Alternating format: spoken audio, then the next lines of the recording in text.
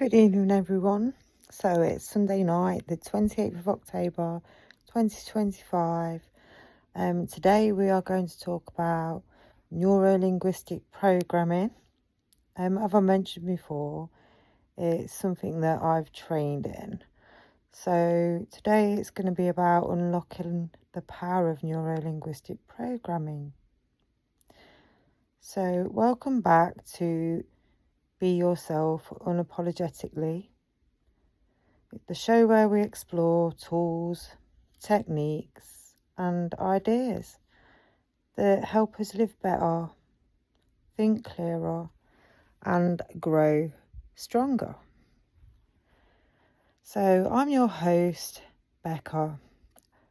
I haven't even introduced myself before, so I really thought I should do today, especially with the topic of discussion. We're diving deep into something that's fascinated psychologists, coaches, and entrepreneurs for decades. Neuro-linguistic programming, or NLP for short. Now, if you've heard of NLP before, you might think of it as a personal development tool, maybe a communication strategy, or maybe even a controversial self-help movement. But I'm going to explain exactly what it is and how you can apply it in your everyday life. So that's what we're exploring today. So grab yourself a cup of tea or a drink of water, settle in, and let's decode NLP together. So what is NLP? So let's just start with the basics. Neuro-linguistic programming was developed in the 1970s by Richard Bandler and John Grinder in California. The name itself breaks down into three parts. Neuro relates to our brain and nervous system. So basically how we process experiences. The linguistic part is the language, not just the words that we speak, but also our inner dialogue, the way that we talk to ourselves, basically. We have touched on this before, and sometimes that little voice isn't very kind. The programming bit is the patterns and the habits that we run. It's a bit like a computer program. And some of us have these habits that run within our subconscious mind, and we do not realise that what is going on is like something that we can actually change, because everything's just, so ingrained. In simple terms, NLP is about understanding how we actually think, how we speak, and behave, and then learning how to change those patterns for better results within our lives. So think of it as a manual for the mind. So that's what today's about. I'm going to give you a breakdown of a manual that we use for the mind. So the core principles of NLP. So NLP has a few guiding principles, sometimes called presuppositions. These aren't scientifically proven laws, but they do act as useful mindsets. And as we know, you can change your mindset for different situations. So I'm going to give you some of the most powerful ones.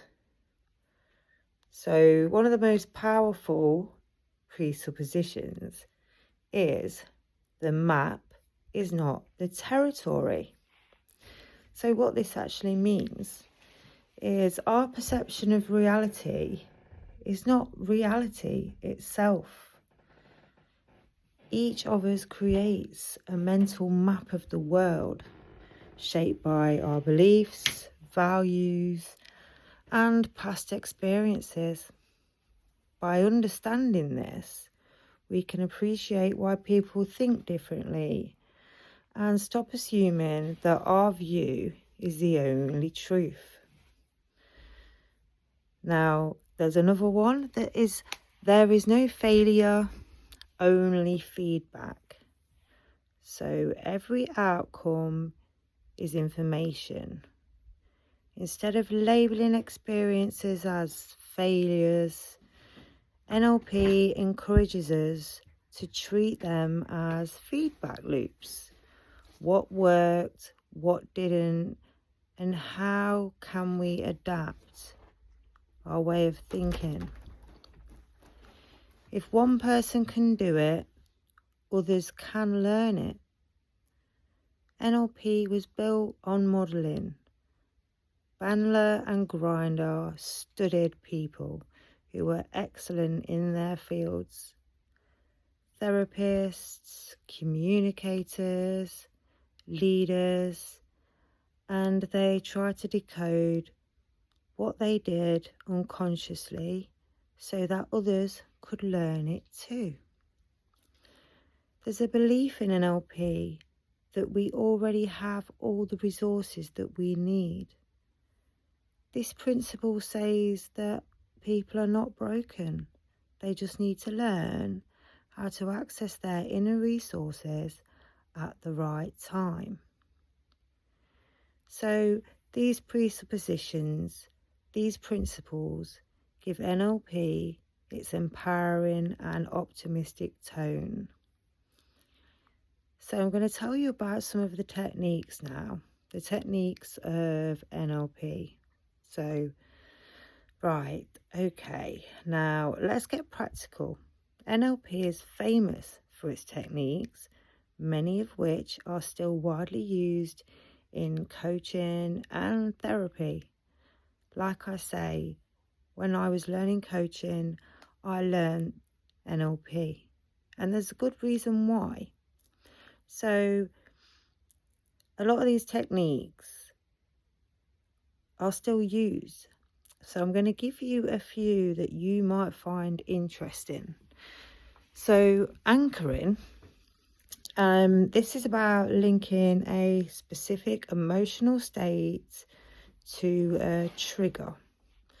So for example, pressing your thumb and finger together while feeling confident. And later, when you repeat that gesture, it can bring back the same confidence. So basically, you can imagine feeling confident, feeling like the world's at your fingertips and you are able to do anything. And while you are thinking this way, press your finger and your thumb together. Now, that sets in that feeling.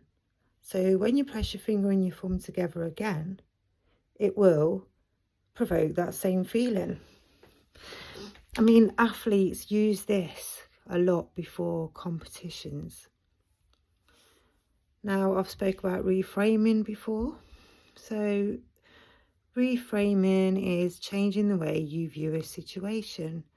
So, for example, instead of saying, I'm nervous about this presentation, I'm nervous about this appointment, or anything like that applies to you, you could reframe it as, I'm excited to share my ideas. Same physical feeling, but a different interpretation. So the noise you always hear in the background is my dog He has a cone on his head right now because he's had an operation on his tail. And he like, every time he comes to sit next to me, is hitting me with the cone, and that's what you can hear. But anyway, let's get back to it. So there's mirroring and rapport building. Now, this is great in an interview. If you match the body language of your interviewer, you know, they feel more comfortable with you, and you are giving them an impression that, you know, that you are the person to be hired by them, because they will feel instantly closer, an instant rapport. So if you're subtly matching someone's, you don't do it so they can actually think like, oh, what's that weird, why is that person like copying everything I do? You kind of do it subtly. So you subtly matching someone's body language, their tone or pace of speech, and it creates connection and trust. We often do this unconsciously with friends because we don't even think about it. NLP just makes it intentional and can be used, like I say, in interviews and things like that. There's also the swish pattern. So this is used to replace unwanted habits or thoughts.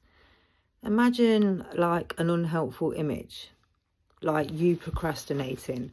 I'm using this example because I simply do procrastinate, but then you mentally like swish away that thought of you procrastinating, the image in your head, and you kind of replace it with a new positive image of you being like really productive. It's amazing how NLP works. There's also timeline therapy, which has been used a lot, and a technique for working with past memories. It's great for things like that. So you've got something that you think about in your past and you wish you could change it. You kind of imagine yourself going back to that time, and it helps people release limiting beliefs or negative emotions tied to certain events. So you kind of reframe what you were feeling at that time, and you put that on that memory, and it's surprising the difference that it will make. So, I mean, all these methods that I'm talking about taps into the way our brains process language and images, and helps us shift how we feel and act. So the applications of NLP. So where can you actually use NLP? Well, of course, personal development. NLP can help people break habits, overcome fears, and set empowering goals for themselves. Like I said, in interviews, we can use NLP in communication. Sales professionals, teachers, and therapists do use NLP techniques to connect more effectively with other people. If we are in a leadership role, we can use modeling successful behaviours. Leaders can inspire and influence their teams more effectively. Like mental health as well, NLP can be used. Obviously, it's not a replacement for proper therapy for mental health, but some practitioners do integrate its tools with counselling to help clients manage anxiety and phobias. That said, it's worth mentioning that NLP isn't universally accepted. There are critics that argue that there's limited science evidence behind it, but many people still report personal breakthroughs. So it may come down to the individual experience after all, but yeah, I think it's very, very, very powerful. I wouldn't have learned about it otherwise. So if you want to try NLP for yourself, we can do like some everyday exercises. So let's finish this topic with a few simple NLP inspired exercises that you can actually try for yourself today, and just let me know what you think. So, state change. Next time you're feeling stuck or anxious, try standing tall, shoulders back, smiling, and breathing deeply. You know me and breathing exercises. I think that they are an amazing thing. Now, you're shifting the way that you're standing, you're smiling, you're taking deep breaths. Notice how changing your physiology shifts your emotional state. Now, some of you will be surprised of how much difference just something like that will make.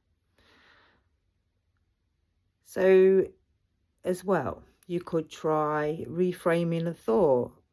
So, pick a negative statement you often say to yourself, like, for example, I'm terrible at public speaking. Reframe it into something empowering. I'm learning to get better every time I speak. It's just something as simple as that. You can even use a rapport test. So when chatting with someone, chatting with someone, like I've said before, don't like copy them so they think like, what are you doing? Just do it subtly and mirror their posture or pace of speech and see if it deepens the sense of connection that you have with that person. Now, the visualization, I talk about manifesting and visualization all the time. And obviously, because I'm trained in NLP as well, visualization is pretty cool. So picture a future goal as if you've already achieved it. Notice the details. What do you see? What do you hear? And what do you feel? So let's say you're a sports person and you imagine yourself on that podium receiving your gold medal, the crowd's cheering around you. Like I've said, athletes do use this. It strengthens the motivation and it creates a mental blueprint. So mindset is very, very important in a lot of ways. You know, mindset is talked about a lot when it comes to being more confident at something. People talk about money mindset, getting rid of the blocks of money and the things that you feel about money. It's very true. Visualization is very good. Anyway, so there you have it. That's an introduction to neuro-linguistic programming. Whether you see it as science, philosophy, or simply a set of useful tools, NLP does offer ways to understand yourself and others more deeply. As always, the best way to learn anything is to experiment.